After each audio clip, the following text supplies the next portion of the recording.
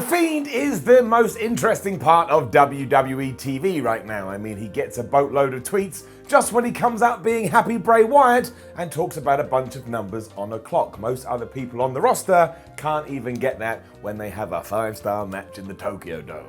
Not that WWE goes to the Tokyo Dome. With the Hell in a Cell Universal title match already in the plans though, we should start looking into the future and figuring out what is next for The Fiend and what is next for Bray Wyatt. And that's why my name is Simon from What Culture. This is how WWE should use The Fiend.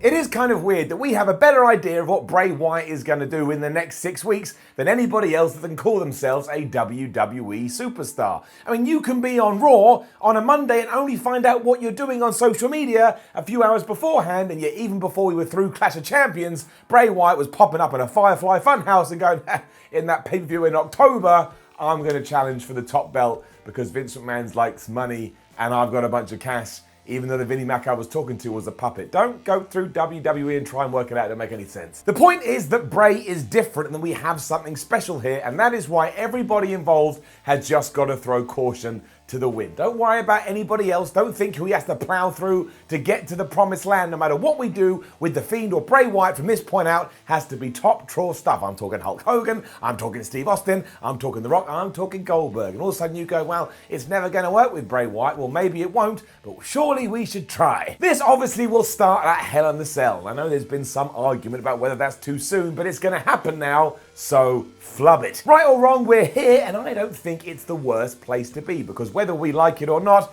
Bray Wyatt is not a brand new character, and somewhere deep down in your soul, you remember the same old Bray Wyatt who just cut familiar promos and then went out there and lost feuds, and then cut familiar promos and then went out there and lost feuds to the point where you all gave up on him. We need to get that out of him brains forever. So after appearing once Seth Rollins and Braun Strowman have had their Universal title match at Clash of Champions and tonked the winner, who I presume will be Seth, he then goes on to Hell in a Cell, he tonks Seth again, he wins the Universal Championship, and then you gotta go big. Maybe he has a rematch with Seth, and guess what happens? That's right, Bray Wyatt tonks him. Maybe he has a grudge match with Braun Strowman, and guess what happens? That's right, Bray tonks him. Maybe he even has a few special matches on Raw, although as soon as somebody does present that concept, I want you to take the piece of paper it's written on, eat it, and then crap it out in a few days, because Bray Wyatt should never be having matches on Monday Night Raw or Tuesday/Friday Night SmackDown. Treat him a little bit Brock Lesnar. I don't mean he goes away for 742 years with the title and you're like, oh, I can't believe it.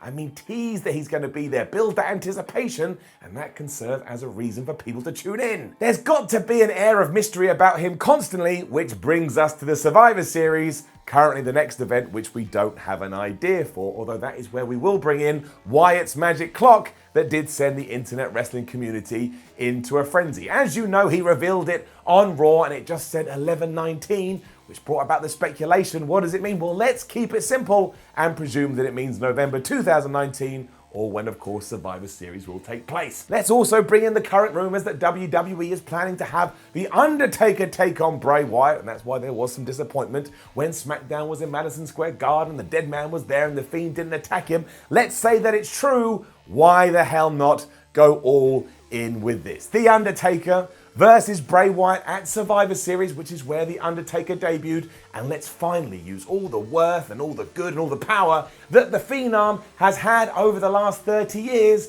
and let's bestow that upon Bray Wyatt by allowing Bray Wyatt to beat The Undertaker and get revenge on him from their WrestleMania 31 match. So not only will he be the champion, not only will he be beating a legend, not only will this happen at a Big Four event, but he will look terrifying the whole time with his scary mask and his frankly bizarre presentation that makes us all go, my word, I love him, even though I meant to hate him. From there, it's all he talks about. A moment is only a moment if you keep it in people's brains, and he should be doing Firefly Funhouse after Firefly Funhouse saying, 1, I am your Universal Champion, but 2, I took your hero, I took your legend, I took your icon, and I flushed him down the toilet. I have eradicated the spirit of The Undertaker. I ate his soul. And yeah, you can take all of this and say, well, to do all of that, he doesn't need the belt, and you would be correct, but that's the path we're already heading down, so let's not get off course. For example, let's say he does go into Hell in a Cell, and he loses via DQ, or because he beat Seth Rollins up too much.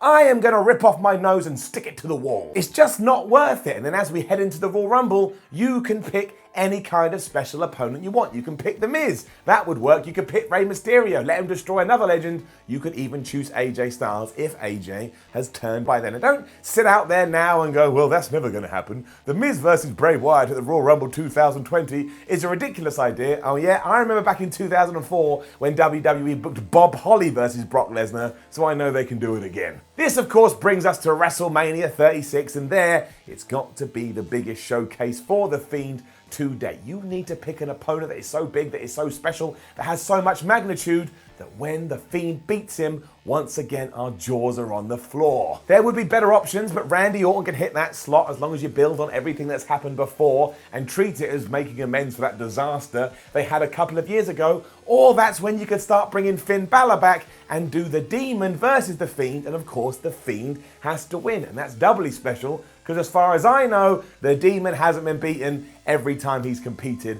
on the main roster. So that's just another piece of the pie The Fiend can take away from the fans and say, when you get in my way, I will crush your dreams. Hell, somebody phone the Beast and tell him he's got another job to do, because I will say this, even though Seth Rollins has beaten Brock Lesnar a couple of times, I don't really think the aura of Lesnar beating The Undertaker was passed to Seth Rollins. In fact, I think that was forgotten about entirely. So why not use WrestleMania 36 to try and take whatever that is and give it to Bray Wyatt instead, who kind of is the new Undertaker. And wouldn't that be a delicious irony too, because Brock Lesnar took it from The Undertaker and eventually years later, he passed it over to Wyatt. And hell, failing all of that, just put Roman Reigns in there with Bray Wyatt. That could be an incredible story, given they have had a program back in the day with anyone but you, Roman, and as we all know, Roman Reigns just kicks Bray Wyatt's ass. But let's take Roman Reigns, the big dog, the top guy in the company, and feed him to Bray Wyatt at the Showcase of the Immortals. If he lost to Bray, that would mean something, and with all of this,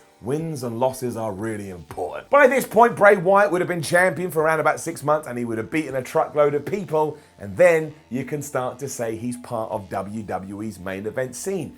That is the point of all of this. There is a level in the company that as soon as you arrive there, you're golden no matter how they treat you. Let's go back to Roman Reigns. Do you remember that Finn Balor beat him a few years ago on a pay-per-view? No, you don't. Hey, do you remember that Shane McMahon beat him earlier in 2019? No, you don't, because he's Roman Reigns and he always goes on to another big storyline, he always goes on to another big narrative, and he's always being treated like a king by WWE. And if you can take somebody else and put them in this position, they're basically bulletproof. That's what I want for Bray Wyatt. Allow him to go on a tear for at least a year and a half, and then that way, when he does lose, you're going to create another impact, and that is going to keep audiences invested even further. Also, as far as I can tell, Bray is meant to be a heel, so it's also his job to build himself up as much as possible, and then pass that across to an up-and-coming babyface. You can even ignore the idea of having Finn Balor at WrestleMania, move him to SummerSlam in 2020, and there do the Fiend versus the Demon, and allow the Demon to win, which of course would allow Balor to get his win back 1 year to the day after Bray Wyatt appeared as the Fiend for the first time,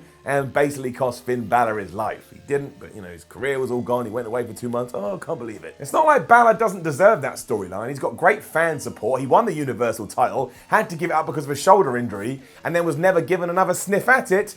I think if you want to give him one more try, this is a way to do it. And again, by the summer of next year, hopefully, if you've treated Bray Wyatt in the right way, him losing ain't gonna make a difference. He'll be Bray Wyatt, he's Roman Reigns, he's Hulk Hogan, he's Steve Austin, he's The Rock. In short, no halfway house here. Don't do anything unless it's all or nothing. And if you're choosing nothing, WWE, you have gone absolutely crazy. I can't take another also-ran just because we weren't sure about Bray Wyatt, or we think, well, he's got such a good character and he's got such a good gimmick and he's got such a good persona, we can put him in any position we want and he'll come out the other side smelling of roses. No, he won't. Learn from the past. Treat him like you would treat someone you are properly behind. And I've seen you do it. Again, Roman Reigns, I know it's possible. This makes even more sense when en masse we're all behind Bray Wyatt, we're all behind The Fiend, which means even if he did get pushed down our throats just a little bit, we'd probably forgive you, because again, we're on side. So WWE, take it easy, keep it simple.